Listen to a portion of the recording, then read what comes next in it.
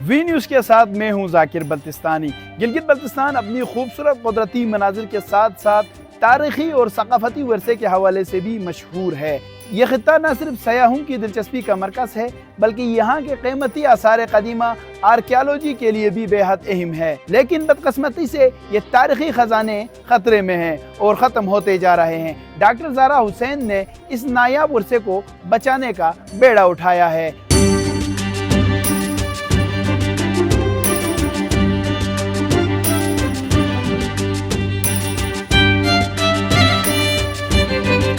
बल्तिस्तान के अंदर जो क्राफ्ट्स हमें नज़र आती हैं वो मुख्तलिफ़ नौइयत की हैं। आपको बिल्ट हेरिटेज भी नज़र आएगी जो आपको फोर्ट्स, मसाजिद, खानकाह की सूरत में नज़र आएगी, और उसके साथ साथ यहाँ का कल्चर भी उतना ही रिच है। लैंग्वेज इज़ एज रिच, यहाँ पोइट्री है, फोक ट्रेडिशंस हैं, ये सब इसके अंदर शामिल है।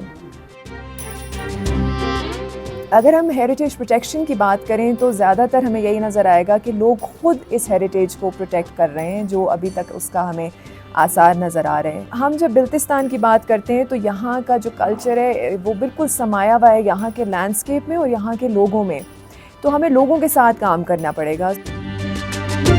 जो आपकी पुरानी तर्ज़ तामीर है आप उसको बरकरार रखें, क्योंकि यहाँ पर जो आपको स्टाइल ऑफ आर्किटेक्चर मिल रहा है that is it's a very interesting fusion of Buddhist and Islamic style of architecture. और इसके अंदर जो हमें पिंजरे नज़र आते हैं वो ख़ास कर इस्लामिक आर्किटेक्चर से रिलेटेड हैं। अगर आप उसके एसेंस में जाके इसको समझने की कोशिश करें तो ये सारे आर्ट फॉर्म्स जो हैं, पिंजराकारी हो गई, ख़त्मबंद हो गया, ये सब आपको अल्लाह ताला के साथ जोड़ने के तरीके हैं। These are very creative ways of connecting with the higher being. यहाँ पे जो भी टूरिस्ट आता है वो अपने साथ किसी एक मकसद, एक ख़ास इंटरेस्ट के साथ यहाँ आ जाता है। टूरिस्ट है जो ये आर्कियोलॉजी के साथ कल्चरल जो हेरिटेज देखने के लिए आते हैं। तो बल्तिस्तान कल्चरल हेरिटेज के हवाले से, नेचुरल हेरिटेज के हवाले से और हिस्टोरिकल हेरिटेज के हवाले से बहुत रिच है। ट्रेडिशंस हैं हमारे पास, वो बहुत रिच हैं।